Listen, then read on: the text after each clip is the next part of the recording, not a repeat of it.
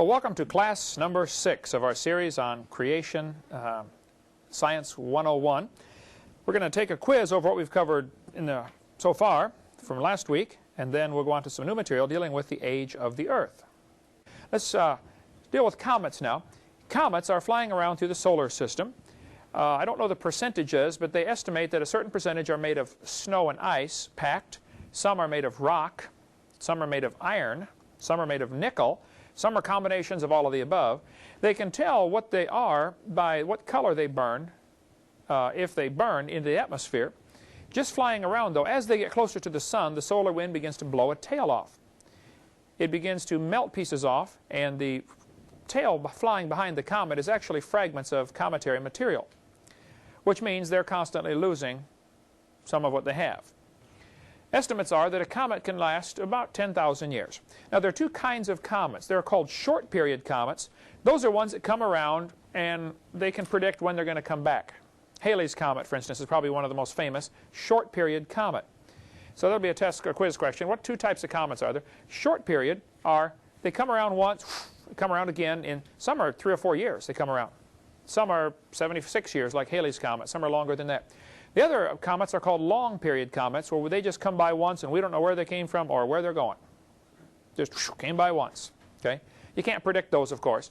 But short-period comets have a life expectancy of less than 10,000 years. They should have destroyed themselves by then. The fragments of these comets that are breaking apart, sometimes the Earth runs through the path of these comets, because the Earth is going around the sun at 66,000 miles an hour.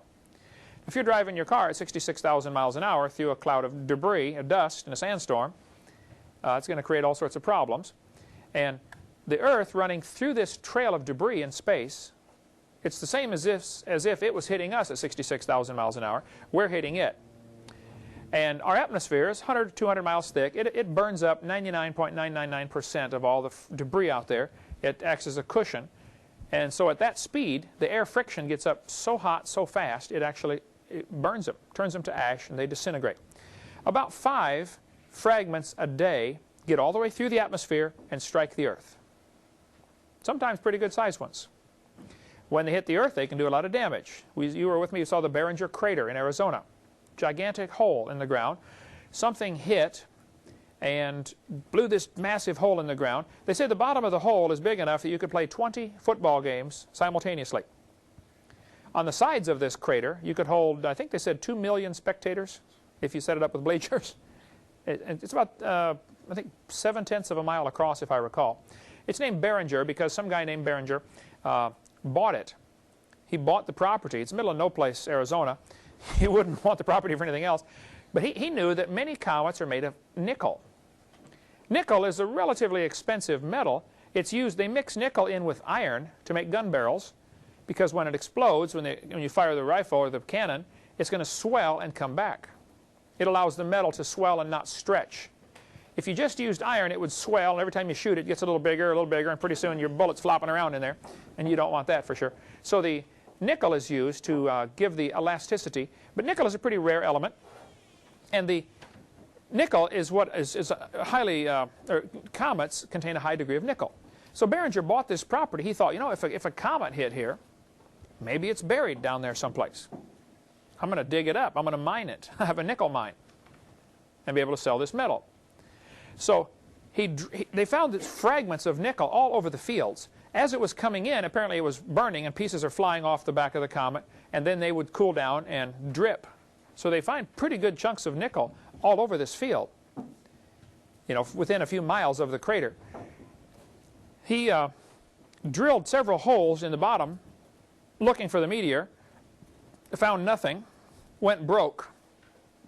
He had enough money for one more hole, and he was out there with his pistol shooting in the mud, studying, you know, how deep did that thing go anyway, you know, checking the size of a bullet and the speed compared to how hard is the mud. And he noticed a gun accidentally discharged, is the story I heard, at an angle.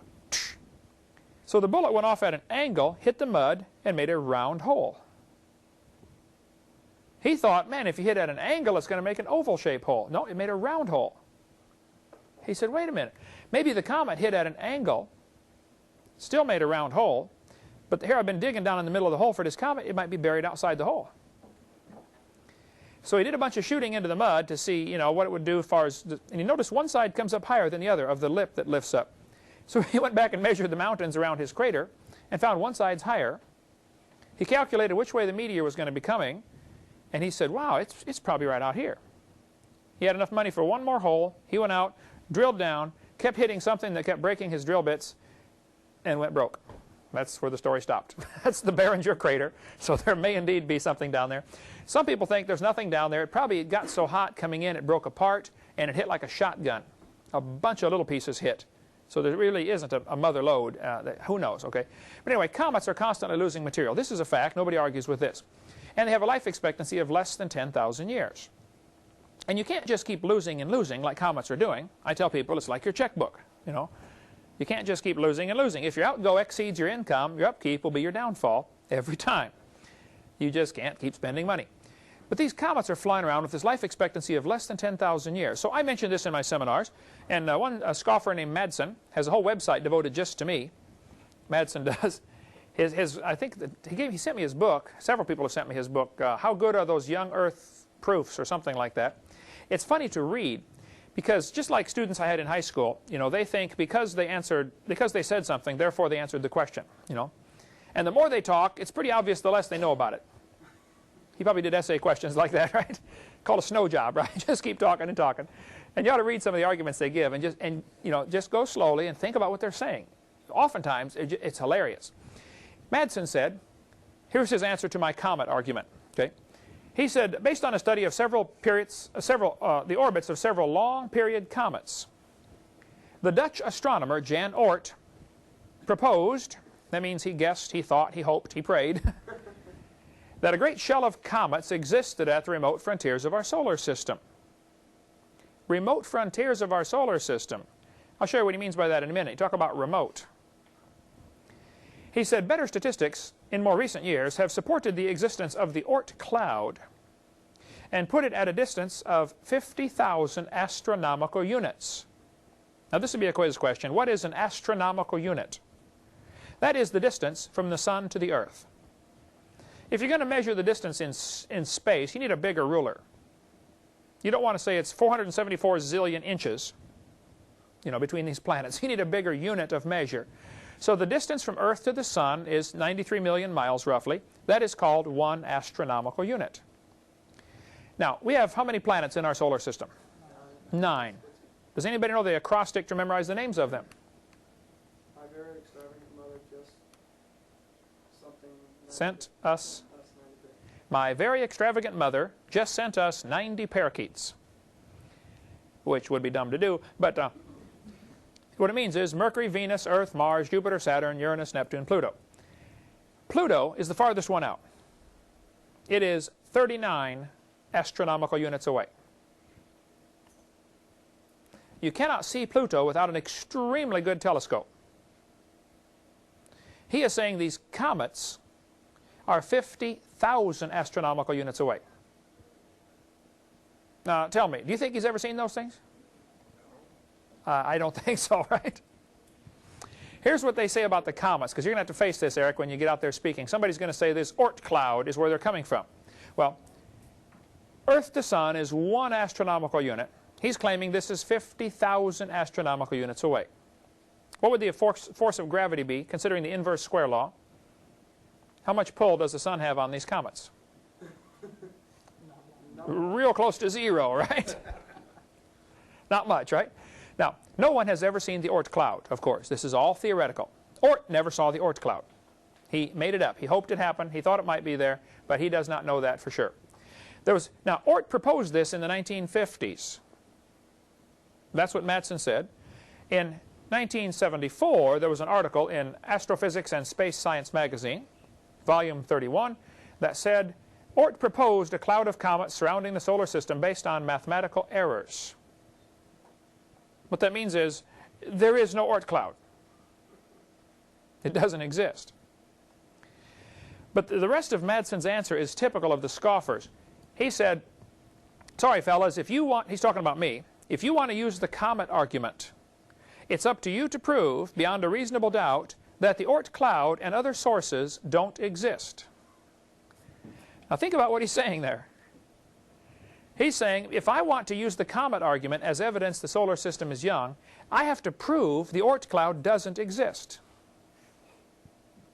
Well, you tell me, how could you prove the non-existence of anything? Why doesn't he prove the non-existence of God? You can't prove the non-existence of anything. And I tell folks, look, if he wants to use my tax dollars to teach all the kids in school the earth is billions of years old, it's up to him to prove it does exist. This is a typical tactic the scoffers use often. They try to shift the burden of proof on you. No, the burden of proof's on him. Here's the facts. We do have comets. They don't last long. 10,000 years seems to be a reasonable estimate for the maximum life expectancy of a short period comet. We still have short period comets.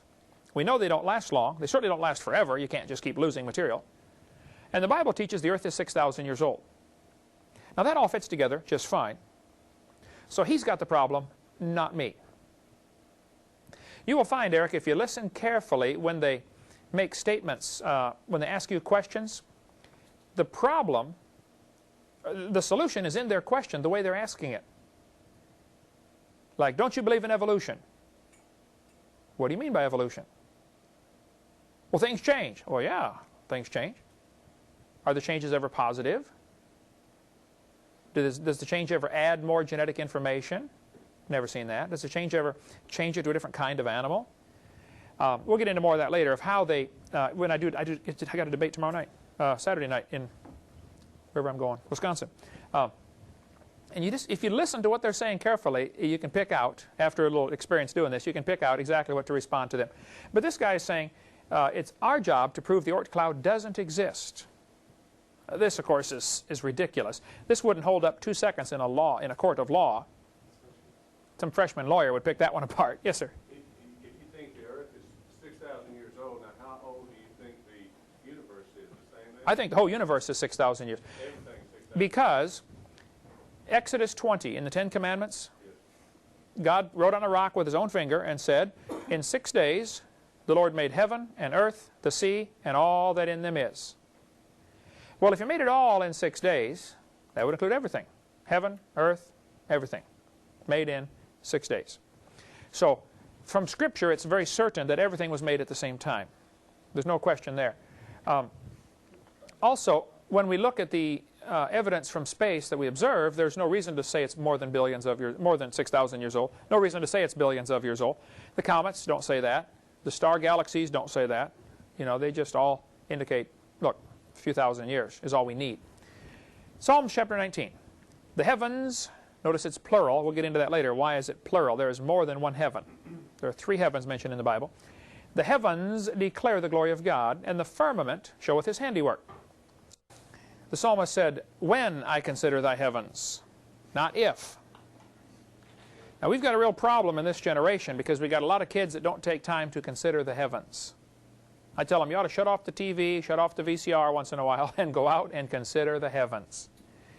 I remember as a kid, we used to lay out in the yard and look at the clouds and try to see designs in the clouds, you know. Who can see the ships or whatever, you know. And my dad would teach us and Mom would teach us the different kinds of clouds and what does this mean. You know, when you see the cirrus clouds, that means there's probably going to be a front coming through. Probably in a few days you'll have a rain. You know, and you can actually, and Jesus talked about the Pharisees, how they were able to discern the face of the sky. You know, when it's red and lowering, you have a certain kind of weather. But we need to really take time to consider the heavens. He said, when I consider thy heavens. Psalm 39 said, while I was musing, the fire burned. The word muse is only used twice in the entire Bible. The other one is Psalm 143. He said, I muse on the work of thy hands. The word muse literally means to think. That'll be a quiz question. What does the word muse mean? Muse means to think. Now, English is a very interesting language. We have a word theist, which means a person who believes in God. Then you put the letter A in front, you get the opposite of. So an atheist is a person who claims to not believe in God. Just the letter A in front changes the meaning to mean the opposite of. The word muse means to think. The The word amuse literally means to not think. That's the meaning of the word. They have entire parks where you can pay and go do that. How many have ever heard of those before? They're called amusement parks, right? We have a whole generation that wants to be amused, don't we? They don't want to muse. They don't know how to muse. They only know how to be amused. That's why if you watch the Hollywood movies, they get more violent, more explosions. Got to be something bigger, better than the last time. Just like drugs, you know, a person takes drugs or alcohol or anything like that. They want to get this thrill. Well, after a while, it takes more to get the same thrill. The person who drank 4 beers and got drunk, now he's got to drink 6, you know, and then he's got to drink 10, and pretty soon he's got to drink whiskey, and pretty soon nothing works. And the same with a person who chases thrills all their life. The thrill seekers, they're always looking for something bigger or better. They're being amused. They don't take time to muse. Just go outside and lay on the roof and look at the stars. We used to do that as kids. We'd go campouts, you know. Just go look at the stars for a while. I remember up in Colorado one time.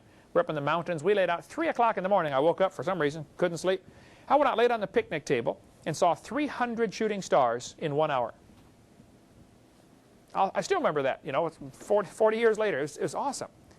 Remember laying in Grandpa's driveway in the backyard in the middle of Arkansas, you know, and seeing the shooting stars going all over the place, scores of them. We need to take time to consider the heavens, because when you do this, the psalmist said, when I consider thy heavens, the work of thy fingers, the moon and the stars which thou hast ordained, what is man that thou art mindful of him? See, a person who considers what God can do or what God has done is not impressed with what man can do. We see the bodybuilder, you know, he can lift 500 pounds. Well, you should see what God can do with 500 pounds. Right? And we've got an entire generation now that are sports crazy. They can rattle off the top 10 football teams and the top 10 baseball teams, but they couldn't name the 12 disciples. We have a problem, folks. We have an entire generation now that has not learned to muse. The story is told of the prince who was going to become the king when Dad died. The dad called him in. He said, son, I'm about to die. You will be the king. Son, I know you're only 20 years old. I'd like you to promise you'll do one thing for me, would you, son? He said, sure, Dad. Now, the boy was anxious to be king because he was going to party. Man, he's going to throw the biggest party, last the next 25 years. He said, son, I only ask you to do one thing for me. I'm asking you on my deathbed. He said, Father, whatever you say, I promise I'll do it. He said, son, I want you to take the first 30 minutes of every day and do nothing but think. He said, that's all you want? He said, yep, that's all I want. First 30 minutes, no entertainment, just think. He said, okay, Dad, no problem. Well, the first day he thought about all the parties he was going to throw and all the stuff he was going to do, you know, and he had a day all planned out, and he ran off into the day 30 minutes later. After several days, though, it started getting to him. He sat there thinking, you know, where's this lifestyle going to lead me? If I keep this up, where am I going to be in 5 years? What kind of a king am I anyway? What kind of example is this for my people? And after about a week, he finally got his life straightened out. And we've got an awful lot of kids that don't ever take time to think about where they're going. They're so busy being amused, they don't take time to muse. Since television came into prominence in America, it's gotten much worse. We have a lot of kids, honestly, I told my kids in school, what would happen if you couldn't have any electronic devices, no radio, no tape player, no TV, for 24 hours? It's like, oh, wow, I'd die, man. Well, you'd be surprised. You really wouldn't die. You might go through withdrawal for a few days, but you wouldn't die. We didn't have a television in our house for 11 years when my kids were growing up. They didn't have one. I wanted them to learn to muse. I like to see the little kids playing over here in the yard. Kids need to learn to imagine, to make up things. See the kids playing with the trucks and the cars. They have to have, developing an imagination is a vital part of growing up. People who study child development and child growth will tell you, kids that sit in front of the TV from the time they're 2 years old, something's wrong in the way they develop. They're not learning to think. They're learning to be entertained. It's got to affect them somehow. Go out and consider the heavens. According to the book, I think it's Ackerman's book. Is this the one? No, Donald DeYoung's book, Astronomy in the Bible, which I've got in my office. He said it's been estimated there are enough stars that every person on Earth could own 2 trillion of them. Just since part of the course is for Eric's edification here, if you want to learn how to count to big numbers, if we do this before, million is the number 1,000 with one set of zeros after it. Billion, Latin word bi for 2, has 2 sets of zeros. Mono, million, bi, billion, trillion would be the number 1,000 with 3 sets of zeros. Mono, bi, tri, what would come next? Quad. A quadrillion has 4 sets of zeros. Then quint. If a woman has 5 babies, she has quintuplets. So a quintillion would be 5 sets of zeros. That's 15 plus the original 3, 18 zeros. Latin for 6 is sex. A sextillion is 6 sets of zeros. And then sept, S-E-P-T, for 7. Oct for 8. Nov, N-O-V. Sept, oct, nov. Guess what's next? September, October, November, December. Used to be the 7th, 8th, 9th, and 10th month. And then Julius Caesar decided, I want a month named after me, so he made up July. And Augustus Caesar said, well, I want one for me too, so he made up August, and so that shifted everything down. So September, means 7, is the 9th month. Figure that out. October is the 10th month, but that's how they got the names. But just so you know, a trillion is a lot. If you started counting as fast as you could count, you probably couldn't count to a trillion in your lifetime. 2 trillion stars apiece. That's a lot of real estate we can have. And here people fight over just a few square feet down here, you know. There's plenty coming. Job chapter 12 said, speak to the earth, and it shall teach thee. What can the earth teach us? How old is the earth? The earth is like a big magnet. Now here's where the inverse square law would apply. The strength of 2 magnets, the force of attraction, is inversely proportional to the square of the distance between them. Which is why when you deal with electronics, computers, something like that, if you set a computer right on top of a TV, this could be bad because the TV has a giant magnet at the back that is used to direct the stream that's going across your screen. Stereo systems, any speakers have a big magnet in them. If you get a computer too close to a magnet, you create a problem. But if you double the distance, it's only 1/4 of the problem. So distance is the secret with magnets, or shielding, which they have to forget all that. Anyway, the Earth's magnetic field is getting weaker. Now, since a guy named Gauss, G-A-U-S or G-A-U-S-S, I taught science, not English, but Gauss began measuring the strength of the Earth's magnetic field. How strong is the magnetic field of the Earth?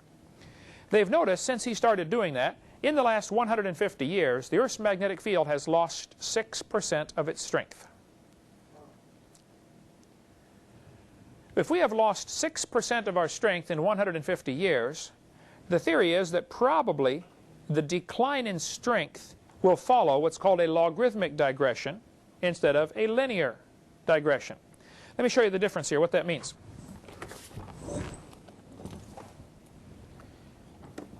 If you go backwards in time, this would be linear, meaning a straight line. If it goes logarithmic, it may be like this. And without getting into all algebra and geometry and trigonometry behind this, these are called 2 different progressions. For instance, if you doubled the amount of money in the bank every year, or every day, or every month, or whatever. There's the story told about the guy who's told his friend, he said, I will give you $100,000 a day for 30 days. If you will give me a penny the first day and double it for 30 days. Double it every day for 30 days. If I made you offer 1 or offer 2, which one would you take? Offer 2. You get a lot more money. Now for the first 20-some days, this guy racks up the dough, man. After about 20 or 22 or 24 days, somewhere in there, it starts to really eat him up, and all of a sudden he loses it all in a hurry. This would be a logarithmic or a geometric progression. Malthus was all upset because he thought that the population would increase geometrically and the food supply could only increase arithmetically or linear. Now he's wrong, but that's what he thought.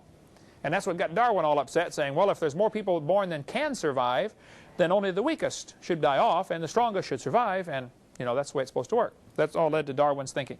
So the Earth's magnetic field, we've only got a short piece of data to measure. You got a series of points for 150 years. Based on that short section of information, you have to decide, is it going to be a geometric or a linear? Either way, it creates a problem for the evolutionist. It creates more of a problem if it's geometric, but even if it's just a linear digression or progression back into time, it still creates a problem. Thomas G. Barnes at University of Texas, El Paso, taught physics there for years. He said that the Earth's magnetic field is declining at such a rate that it cannot be more than 25,000 years old. He said if you go back in time, actually I've kind of got it backwards here to where normally the way you'd look at a graph, it's declining. The strength is declining. This has been measured, let's call this the year 2000 and this the year 1850. As the magnetic field gets stronger and stronger and stronger, this would indicate a hotter center to the Earth, or more movement. If you go back in time, how far back can you go before there's too much heat? And he calculated at 25,000 years ago is the limit where life could not exist on Earth. Now, there is no question in anybody's mind that the Earth's magnetic field is getting weaker. That is never questioned by the atheists or evolutionists or anybody. They all agree it's getting weaker. How do you handle this data is what the problem is. The creationist says, well, this proves the Earth is young. The evolutionist says, no, this is just part of a cycle. It's declining now, but it's reversed through the years. Remember we talked about magnetic reversals? There are no magnetic reversals at the bottom of the ocean floor. But they say, well, the Earth's magnetic field is reversing. This idea of continental drift and Earth's magnetic field reversing, flipping, is all, I think, a very desperate attempt to salvage the billions of years they need for their theory to look reasonable. When the simple fact is, the Earth is not billions of years old. Okay, so the magnetic field is declining, and this indicates less than billions of years, certainly. It indicates it cannot be billions of years old, and this indicates carbon dating cannot work. Now here's why. The Earth's magnetic field, as it declines, it allows more radiation to get in. One of the protective barriers we have around the Earth is our magnetic field. Hang on here. There we go. The magnetic field protects us from radiation, along with several other things the atmosphere have. But if the magnetic field is getting weaker, more radiation gets in. And it's that same radiation that makes carbon-14. So if the magnetic field was stronger in the past, you would have less carbon-14. So any plants that were breathing this carbon-14, if we're going to check them against today's standard, we're automatically going to get a wrong number because they had less. So the magnetic field is one of the factors affecting the amount of carbon-14 in the atmosphere. Textbooks are going to say the Earth's magnetic field has reversed. This is a typical textbook saying there are areas of reversed polarity. Now the reason they teach this to the kids, even though it's not true, probably the author of the textbook does not know that it's not true. He thinks the Earth's magnetic field has reversed. Let me explain what happened. They dragged a machine across the bottom of the ocean, and plus they did drilling to drill down, bring up samples of rock, and see how strong is the magnetic field in this rock. When you get into iron or magnetite or metals, rock that will store a magnetic field, they can check how strong is the magnet. Measure it with so many Gauss or whatever units they use for measuring the Earth's magnetic field. they find out there are areas of stronger and weaker magnetism. And so what they did, they graphed out as they moved across the bottom of the ocean. They said, oh, here's an area, here's stronger here. Now it's weaker, weaker. Oh, stronger, stronger, weaker, weaker. And it made a wave, a sine wave they call it. It goes, curves up and down. It was weaker and stronger and weaker and stronger and weaker and stronger. Some guy drew a line through the middle of the sine wave and said, everything below this line is a reversal. And right there's where the problem is. It wasn't a reversal, it was just weaker. If we lined up everybody in the world and found an average height, we'd have short people, tall people, short people, tall people, short people. We draw a line through the middle, find the average. Is everybody below the line underground, or are they just shorter? They're not underground, are they? They're just shorter than the average, that's all. And everything below the line was just less than the average intensity. It was not a reversal. Now, how they get by with this, I don't know. But I think nobody ever checked out the truth is what happened. There are no magnetic reversals on the ocean floor. Only areas of stronger and weaker magnetism. Okay, suppose you can prove there are no magnetic reversals, only weaker areas of magnetism. Now we need to come up with an explanation for why is one area weaker than the others, and we've got that on video number 6. We'll get to that. But what does this do to the evolutionist? You just took away the idea that there are reversals. So now you go back to your original problem. The Earth's magnetic field is getting weaker. So how old is the Earth? If he wants to believe it's billions of years old, now he's going against some clear scientific evidence. It can't be billions of years old. That's for sure. Okay, the Earth is slowing down. Now, scoffers really attack this, what I'm about to give you here, this proof of a young Earth. But in 1990, the newspaper article here in Pensacola said, we're going to have to give 1990 one last tick. On New Year's Eve, they added an extra second into the clock. This article says, regular clocks use days as a measure, which are growing longer by 1,000th of a second or more daily as Earth's rotation slows. The Earth is slowing down. This is Astronomy Magazine, 1992. They said Earth's rotation is slowing down. June will be 1 second longer than normal because we're going to have a leap second. There's actually, it's called the International Earth Rotation Service. One of those government jobs. Somebody needed, somebody's uncle needed a job, so they started a new program to keep track of this. But the Earth is slowing down. Since they started keeping track of this, I believe 1973 is the first leap second. They've been adding a second to the clock about every year or year and a half. This International Earth Rotation Service decides when to do it. They try to do it in January or June. Now, do they wait 12 months or 18 months? That varies. What would slow the Earth down? The Earth is spinning in a vacuum. There's nothing in space. Why would it slow down? There are at least 3 factors that slow it down. Who can tell me what any of them are? Gravity from the sun, would that have anything? Gravity from the sun, I don't... Well, because of the inverse square law, gravity from the sun is pulling a little bit stronger on the close side of the Earth than it is on the far side of the Earth. There's an 8,000-mile difference there. So there's a little more pull on the near side than there is on the far side. I don't know if it's even measurable if the gravity from the sun would slow it down. The 3 factors, maybe a good bonus question at least, maybe not, or if not a quiz question. But one is the Earth is spinning, but the inside is liquid.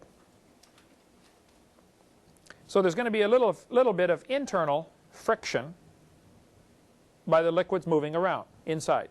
If you were spinning a basketball that was full of water, there'd be some friction inside with this liquid versus this hard surface. And the crust of the Earth is not the same thickness at all places. It's thicker under the continents and very thin under the oceans. So you have a liquid moving a little bit inside of a ball that is not smooth inside, because the crust of the Earth is not consistently uniform and smooth inside. The liquid down inside, when it comes out, we call it magma. Volcanoes put out the lava. That's magma, the liquid rock coming out. The place where it changes from solid to liquid, nobody's ever seen this, this is theoretical, but they did try to find it actually. They were going to drill down and try to find where does it change from solid to liquid. Some scientist, I forget what country he's from, he had a strange name, Moho Ravisic was his name. So in honor of Moho Ravisic, they named this place where it changes from solid to liquid, they named that area the Moho Ravisic Discontinuity. For short, they call it the Moho, okay? M-O-H-O. They spent a lot of money trying to drill down to find the Moho. Where does it change? The way that they know it changes from solid to liquid is pretty surprising and pretty ingenious the way they do this.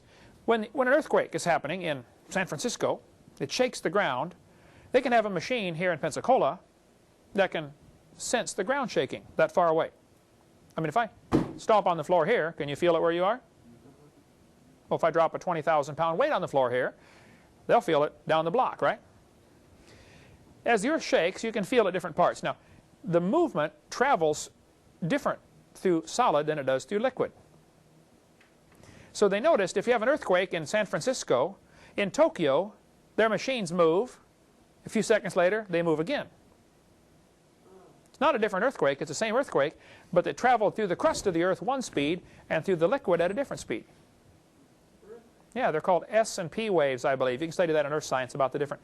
Plus they can discover, as the earth shakes, if it's shaking in San Francisco, on the opposite side of the world, which would be someplace near Australia, I would guess, they'll notice that they don't get the right kind of S and P waves.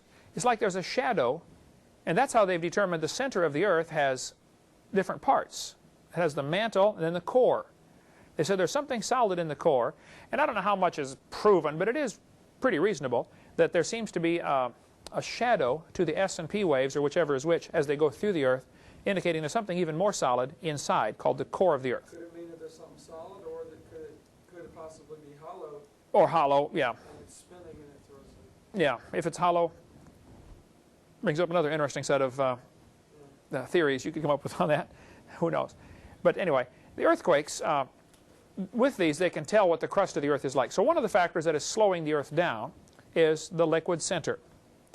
The other factor is the liquid surface. If you ever been standing out in the ocean and a wave hits you, knock you down, right? Well, those waves are hitting the beach all the time, aren't they? As the tide comes up, the water's pushing against the land. That's going to eventually slow it down. If you were spinning a basketball that had water all over the surface, the friction of the water dragging on the surface would slow your ball down faster. So you have internal friction. You also have external friction. This is from the tides. It's actually, there's a name for it. It's called tidal braking. It's like putting the brakes on. The tides have a very minimal effect, but they do have an effect. The tides are slowing the earth. The third factor, surprisingly enough, because the earth is spinning under a hot sun, the sun heats up the air, causes it to expand. As it expands, it rises. As it rises, cold air goes in the bottom. So you get hot air rising, cold air falling, rushing in, and you get wind currents. The earth has obvious wind currents, okay? The spin of the earth, combined with the heating and cooling of the earth, causes what is called the Coriolis effect. Some guy named Coriolis made it up, I guess. But the wind blowing against the mountains has a very slight slowing effect. So the wind patterns tend to slow the earth a little bit. The tides slow it, and the internal friction. Those are at least three. There may be more factors, but those are three that I know of. The bottom line is the earth is slowing down, and it's measurable. These are the dates when they've added a leap second to the clock. From 1973 up to 1996 I have here, for when they added a leap second, because the earth is slowing down. Now if you go backwards in time, obviously the earth used to be going faster. I wouldn't put a date on this one and say if you went back, you know, 1.4 billion years, you couldn't live here. Because then as soon as you put some kind of date, some skeptic's going to figure it out and say, no, it's 1.7 billion, see, you're wrong. And he's going to miss the whole point. The point is it can't be billions of years old. So what I say in my young earth proofs now is, look, the earth is slowing down. This everybody agrees with. This means it used to be going faster, obviously. We know of no factor that's going to add energy to the Earth. If a meteor hits the Earth that's spinning, there's a possibility it'll speed it up a little bit. But just random chance is going to say an equal number are going to hit it on the wrong side to slow it down. I mean, odds are 50-50, right? So you can't count meteors here as anything to get excited about.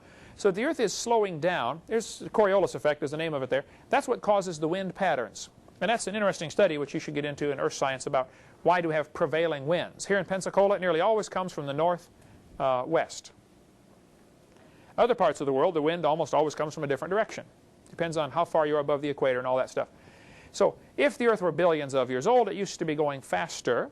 And I make a joke out of it at this point and say, well, if you think the dinosaurs lived 200 million years ago, man, I know what happened to them. They'd have been thrown off the Earth. Now, the truth of the matter is, at 200 million years ago, it probably wouldn't be real sufficient or real significant as far as the effect. In 6,000 years, it'll make a few minutes or maybe 15 minutes a day difference. You go back a few billion years, it starts to make a real difference. Now, several planets today are spinning awful fast. I believe it's Jupiter spins every 10 hours. That's a giant planet, for one thing, and it's spinning every 10 hours. Venus spins once every 443 days, or something like that. It's real slowly spinning. So different planets have different spins, and who cares? You can learn all that stuff if you like. But the Earth is slowing down in its spin for at least 3 factors, which means obviously it used to be going faster. This puts a time limit. For one thing, the textbooks are going to tell the kids the Earth is billions of years old. The Earth formed, according to them, 4.6 billion years ago. Now, at that time, the Earth would have been spinning an awful lot faster. If the Earth was spinning, say, let's just say it's spinning 20 times faster, the Earth is almost a perfect ball. What happens to a ball when you spin it real fast? Flattens out, becomes like a frisbee, right? So if the Earth was cooling down 4.6 billion years ago and spinning lots faster, it wouldn't be round. The crust would have hardened in an egg shape, frisbee. We wouldn't have a near perfect ball. The Earth is flattened right now. The poles have pulled in, I think it's 20 miles. It's about 20 miles wider at the equator than it is at the poles because of its spin. It's pretty heavy, you know, and just the centrifugal force going around at 1,000 miles an hour, it's pulling it out a little bit. So the Earth is spinning. Okay, the Earth is spinning is a scientific fact. How fast it was going a billion years ago, I don't know, but it does put some kind of time limit. And evolutionists don't like time limits at all. They want to have billions and billions of years. Another factor here. The Sahara Desert is the largest desert in the world. The wind almost always blows the same way because of the Coriolis effect. It happens to be in an area where the wind blows the same direction most of the time. The hot air comes off the desert and kills the trees at the edge, and that area becomes desert. The process is called desertification. That'll be a good quiz question. The process by which deserts grow. What happens is, once the area becomes desert, all the minerals leach out of the ground, and nothing will grow there again. You take pure, hot, baked sand and plant some seeds in it, there's nothing there for them to grow on. And so the soil actually gets sterilized. Nothing will grow. Sahara Desert is 1,300 miles north to south. This textbook tells the kids, notice the picture here, past Sahara Desert was pretty small, wasn't it? The yellow part. Then the pink part is the present. Possible future extension.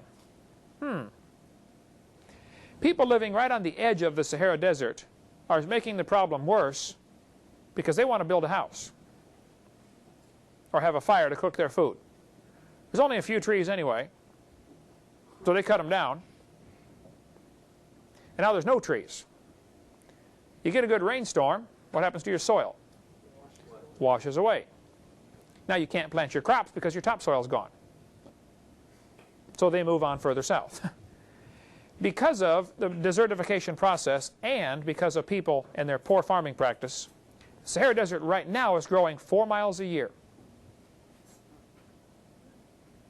At 4 miles in a year, at 100 years, that's a problem. What used to be good, beautiful farmland is now desert in a hurry. What are all these people going to do? Keep moving. Where? Onto somebody else's property. Going to create a problem, right? Regardless of the human suffering and tragedy going on over there, and it is a tragedy, because of this process, this desert is growing. But even if no people lived there, the desert would still grow because of the hot air killing the trees and grass at the edge, and the soil gets sterilized. They did quite a study on this and said the Sahara Desert is about 4,000 years old. Actually, now with satellites, they can go up and fly over with the satellites and look down and see where old rivers used to be. Riverbeds all over the Sahara. Used to be a lush tropical forest. Sahara Desert's about 4,000 years old. Now that brings up an interesting question. If the Earth is billions of years old, why don't we have a bigger desert someplace? Why do you think the largest desert in the world is less than 4,000 years old? You have a theory about that, Dan? Yeah, me too. You see, about 6,000 years ago, God made everything. 4,400 years ago, there was a flood. In this flood, everything drowned, of course, and it's pretty hard to have a desert under a flood. And so the biggest desert in the world should be less than 4,400 years old, if the Bible is correct. Oh, and it is. Well, what do you know? So here we have an interesting correlation that the Bible date is correct. Roughly 4,400 years ago, a worldwide flood. When they drill down into the ground, they hit oil. The oil's under pressure up to, I don't know, I've not heard of any exceeding this, but up to 20,000 pounds per square inch of pressure. That oil wants out of there. How many have ever seen the movies where they drill down and hit a gusher? The oil comes squirting up out of the ground, okay? Not all oil wells are that way, believe me, but some are. Incredible pressure. When we lived in Texas, we had a lot of guys that worked in our church that worked in the oil field. And being a science teacher, I was always curious about the oil, you know, and how do they do this? And I would go out and visit the oil wells and, you know, watch them drill this stuff. They drill down about 1,000 feet, a big 12-inch hole.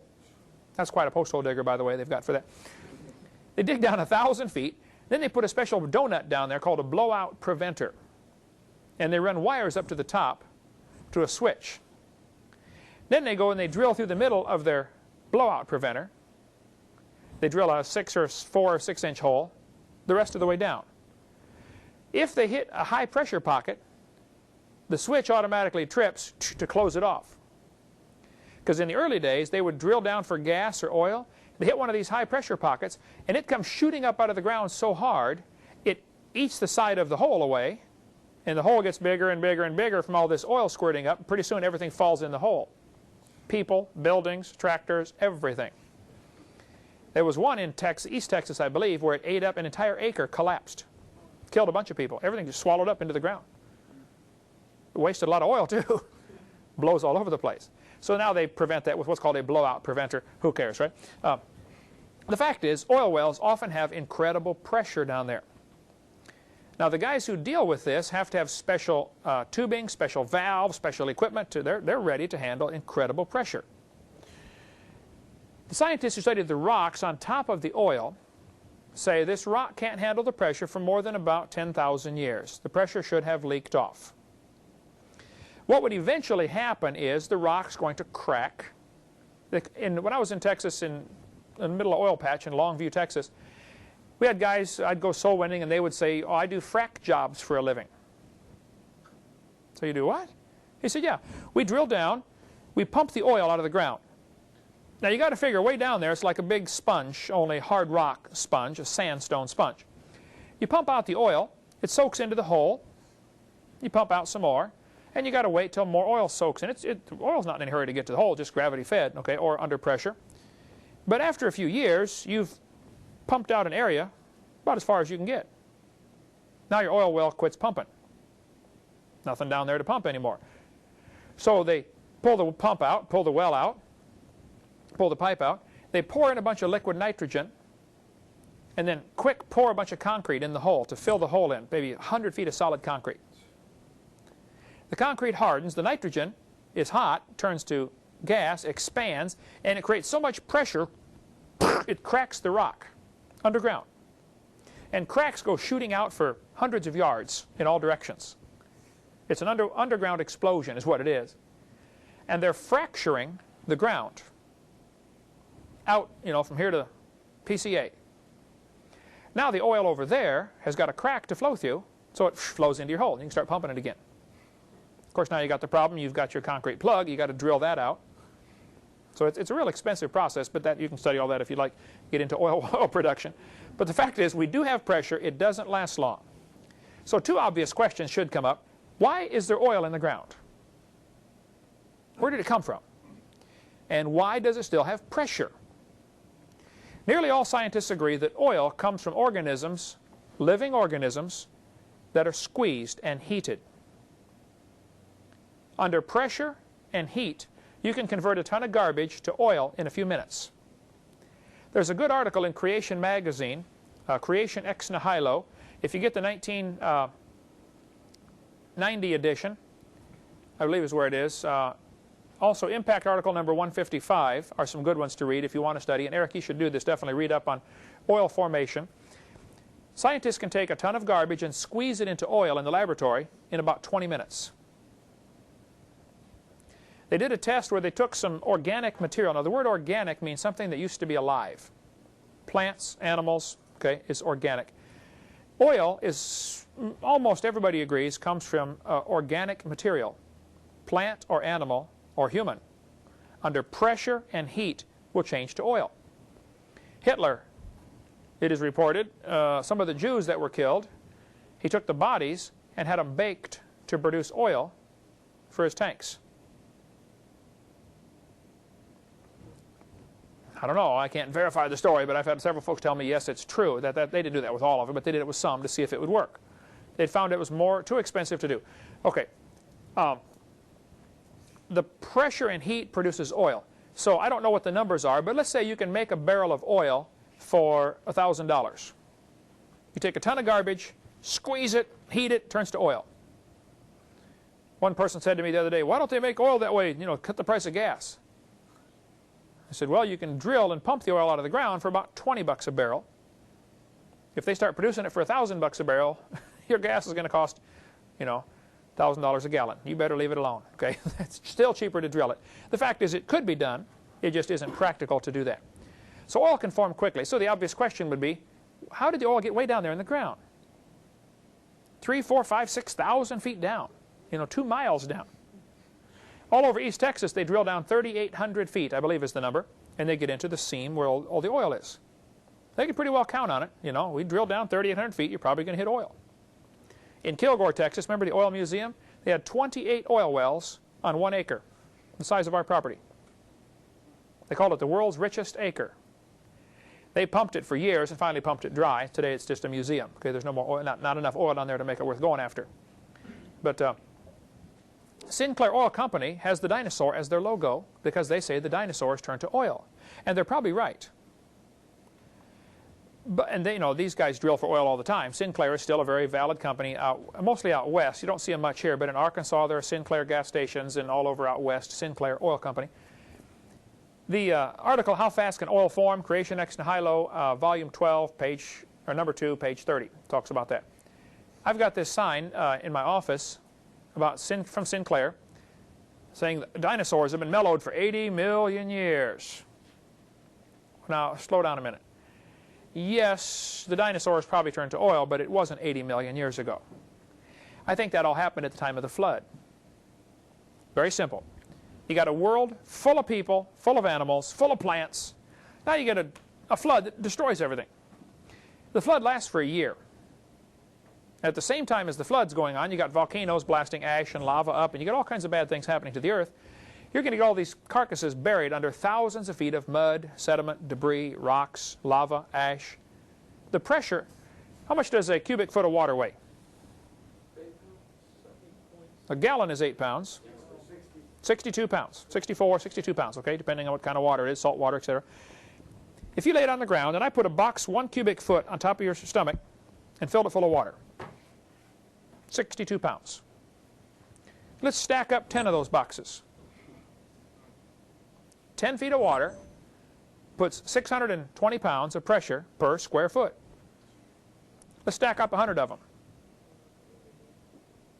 6,200 pounds of pressure per square foot, right? Now, would surrounded by water? If you're down in the water, yes, it's different. However, your eardrum is a little piece of skin stretched across an air pocket inside. That's why when you go down in deep water, the air pressure pushes on your eardrum and stretches it, pushing it in. And you have to go slowly so your air inside your head, in your station tube, can equalize the pressure. That's why when you go up and down the mountains, you have to hold your nose and blow, to pop your ears, to equalize the pressure. Scuba diving, you have that, especially if you have sinus trouble, you have trouble scuba diving because, your ears will never equalize. Who cares, right? Rock weighs more than water, right? Let's say a cubic foot of rock weighs 100 pounds. It's probably a lot more than that, but let's just pick a number. 100 pounds per cubic foot. Let's stack it up 3,000 feet deep. How much pressure is it putting on 1 square foot 3,000 feet down? Is that 300,000 pounds per square foot? That's a lot of pressure. That's for 3,000 feet. Oil is anywhere from 3,000 to 10,000 feet down. So the pressure of the rock above is enormous, plenty, and since it's just pressure, pressure produces heat. So you got exactly what you need, pressure and heat, to convert whatever was buried to oil. If they can do it in the laboratory in 20 minutes, it certainly can change in 4,400 years from buried carcasses into oil. So that's where the oil came from. I believe the oil came from the people and animals that drowned in the flood. So I tell them, when you go to the gas station, you can say, "Bye, Grandpa, you should have listened to Noah. He told you it was going to rain." And that's probably what happened to the people that did not listen to the Lord. One more thought here. Young Earth, and we'll take a quit for the evening. In Denver, Colorado, I was preaching out there, and some guys came to the meeting. They said, "Now, Mr. Hovind, we know you teach the earth is only 6,000 years old. We would like to prove to you that you're wrong." I get this just about every week. You probably will too, right? These guys worked at the Denver National Ice Core Laboratory. Denver National Ice Core Laboratory. It is a section of the Federal Center in Denver, Colorado. What you're seeing here is a picture of a giant freezer. This freezer is enormous. The guys who brought me into this freezer, it's 36 below zero in there all the time. Taxpayers are paying the electric bill, so, set it where you're comfortable. The freezer is enormous. These were the guys that go to Greenland and drill holes through the ice. They also go to the South Pole and drill holes. The Russians are doing this too. They take these, it's called a coring machine. Here's a picture of one here. It's like a pipe. It drills down, maybe a 4-inch pipe. It drills down just the outside. So the center part is not disturbed. It's called a coring machine. I asked them, I said, "Now, when you're drilling a pipe down into the ground and you pick it up, doesn't the piece fall out?" They said, "Oh no," they showed me the thing, how they do it, the drilling machine. It's got little flaps in there down near the bottom. When they stop turning, as soon as they start to lift up, these flaps come in and catch. So they drill about a 6-foot section at a time. They drill down. As soon as they start to lift it, it snags the bottom and breaks it off. So they pull up a 6-foot piece of ice about this big, slide it into a tube and mark it. This is number, 813 or whatever it was. Then they can go back to the laboratory and put them in order and reassemble it. So they have a huge long core of, just as if they laid it out from drilling down. The deepest hole they ever drilled is 10,000 feet through this ice with this coring machine. They actually set up a big building over the top to stay warm while they're doing all this work, and they may live there for 2 months while they're drilling a hole, just so they can have some more ice in Denver. Just what they need. But this newspaper article said, in Lakewood, Colorado, a Denver suburb, Associated Press, 10 ice core samples yanked from a remote Antarctic glacier are resting in a giant freezer here waiting to be tested. What do they want the ice out of the Greenland and South Pole for? When they drill down, here's the coring machine. You can see the teeth at the end, how it kind of grips it when it starts to pull it up. I drew these lines on here because you can't see it at this angle, but there are dark and light lines, which I'll show you in a minute. The guys took me in the freezer and they showed me these lines. And here's a photograph of one. You can see the dark and light lines. They said, "Now, Mr. Hovind, up in Greenland, it doesn't snow much, and it's really cold in the winter. In the summer, the snow melts just a little, and you get a layer of water on top. Then it refreezes in the winter and makes a clear layer of ice. Now, clear ice on this picture shows up as a dark line. If it never gets a chance to melt, the snow is going to pack or press down and make a white layer of ice. So they said what these layers represent is summer and winter, summer, winter, summer, winter, summer, winter. Well, that's not true, as we'll see. This rest of this newspaper article said, in Greenland and Antarctica, where the weather is consistently dry and very cold, the glaciers are miles thick, but the annual rings are very thin. Summer, winter. Now here's where the problem is, right here. The deepest cores can measure over 10,000 feet. Cores from Greenland drilled since 1990 show the northern climate was erratic 135,000 years ago. All they do, you count back 135,000 rings and assume we can look at the weather patterns. Did they get more snow or less snow in Greenland? Well, what's the obvious assumption in all of this? That the rings are annual. Just because you got a clear line and a white line, packed snow and melted snow, doesn't mean it's annual, does it? We know that it's not. This is The Lost Squadron. I've got the book and the video if you want to watch it in my office. Stop by after class and I'll let you take it home and watch it. I tell you what, if you want to check out any of my stuff, Heidi, if you can kind of keep track of who does it, so we can be sure to get it back. Because I know how people are. They borrow and never return, you know. But I'll let you take my video home and you can watch about the Lost Squadron. It's very fascinating. Did you go with me, Eric, when we saw the plane? I did not. If you ever get up to Knoxville, just go north another hour and a half into Middleborough, Kentucky. If you get up in that region, it's worth going to see. Get your picture taken beside it. Okay. Some airplanes ran out of gas during World War II. So they turned around and were going to land in Greenland. And the first one came in and flipped over. He hit a crack in the ice. He was fine. The guy got out, radioed back to the rest of them. He said, leave your landing gear up. Just come in and belly land. You know, because if you put your wheels down, you're going to flip it over. So the rest of them, they ran out of gas. They've left their wheels up and slid in on the ice, and everybody's fine. I think one guy broke his arm or something, but I don't remember. It's all on the video. Anyway, these airplanes landed in Greenland. The guys waited there for like 4, 5, 6, maybe 9 days until somebody could rescue them. And it's a long story of how they almost froze to death. Anyway, the Eskimos came in there with dog sleds, got them, and took them out. Everybody's fine. They left the airplanes, of course. For one thing, coming in with your wheels up is not good on your plane. Your props hit the ice. Sudden stop on one of those motors is death to the motor. It destroys, bends the crankshaft and everything else. Who cares? Anyway, they left the airplanes. Well, some rich guy from Kentucky decided, we've got brand new World War II airplanes sitting up there. Vintage aircraft. He's got plenty of money, so he sent some guys up there to dig the air to get the airplanes. At first they thought they might just brush the snow off the wings and, you know, gas them up, rebuild the motors maybe, and fly them home. They finally found them by using ground-penetrating radar. So much ice had accumulated over the top of the plane. The planes were under 263 feet of ice in 48 years. They were P-38s and a couple of regular other fighters and a bomber, I forget what it was, but they especially wanted to get a P-38 because there's only a few in the world still flying from World War II that people have kept up.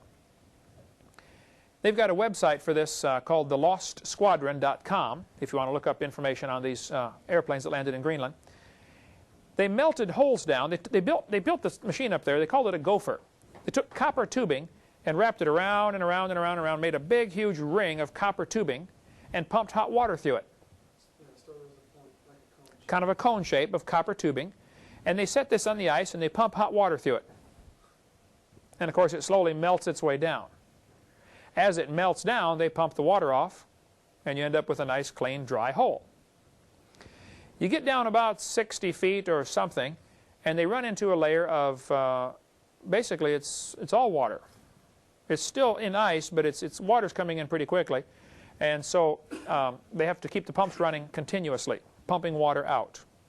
And they got some pretty heavy-duty pumps, too, because they're pumping up 263 feet. Takes a real heavy-duty pump. Anyway, they melted these holes down, took the airplanes apart, took one of them apart, and brought the pieces up through the hole. Imagine going down in a 4-foot hole, 263 feet, 26-story building. That'd be scary. Claustrophobia city. They were down in the planes were in the ice for 48 years, 263 feet. You divide it out, that's 5.5 feet a year. 10,000 feet is the deepest hole they ever drilled. Divide that by 5.5 feet per year, and you get 1,824 years. Now, the newspaper article said the 10,000 feet represented 135,000 years. Where's the flaw in their logic here? They thought those were annual rings, and they weren't.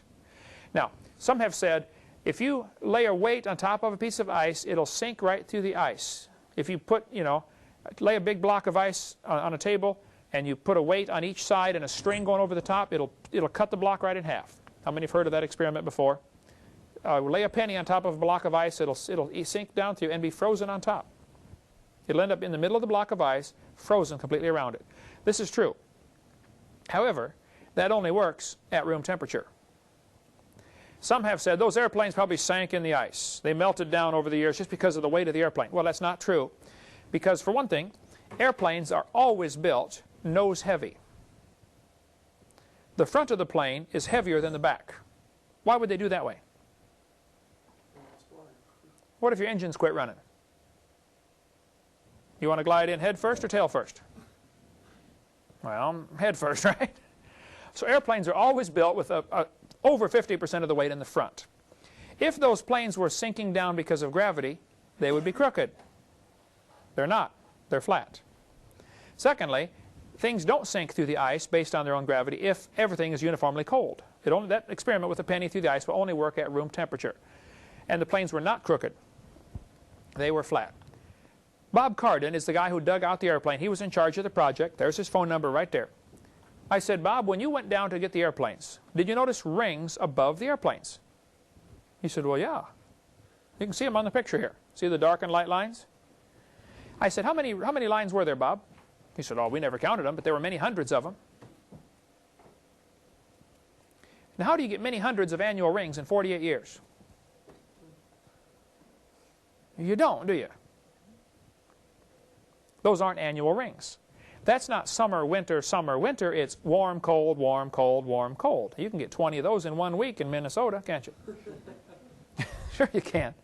Those are not annual rings. Now, last February of '98, Scientific American, a major science magazine, an author published an article about the rings in Greenland, and he still called them annual rings.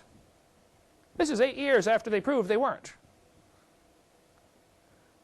Now we have a problem here. Either the author is ignorant of the truth, or he's lying. He's certainly not right. So hopefully he's just ignorant, because ignorance can be fixed. Okay? Stupid is forever, but ignorance can be fixed. If he's just ignorant, we can deal with that. If he's stupid, I'm sorry, we can't help you. Those are not annual rings. This picture a guy sent me just a few weeks ago. He said, Mr. Hovind, I saw your tape. He said, I live in Alaska. He said, we had a snowstorm one night. In 8 hours, the snow piled up all over my car. He said, as I was cutting the snow in blocks to take it off my car, I noticed there's lines in it. He said, I got 15 layers of snow on my car in 8 hours. Those aren't annual rings. The Inuit Indians, he said, have 42 or 43 different words for snow. There's soft snow, hard snow, crystalline snow, granular snow, slippery snow. Different words. And so in one snowstorm, you can get all sorts of layers in a hurry. So don't let anybody tell you that the Greenland proves the layers, proves the Earth is millions of years old. But invariably, when you do a debate or when you get into an email discussion with somebody, they will say the varves in the ice, they call it a varve, V-A-R-V-E, the varves in the ice prove the Earth is more than 6,000 years old. And they probably really believe what they're saying, but they're wrong. Because they assume those are annual rings. We'll get into varves later, V-A-R-V-E-S, when they talk about the varves in Wyoming, the Green River Formation. We'll get into that later on. Okay, next week we'll cover some more evidence the Earth is not millions of years old. Thank you so much for joining us.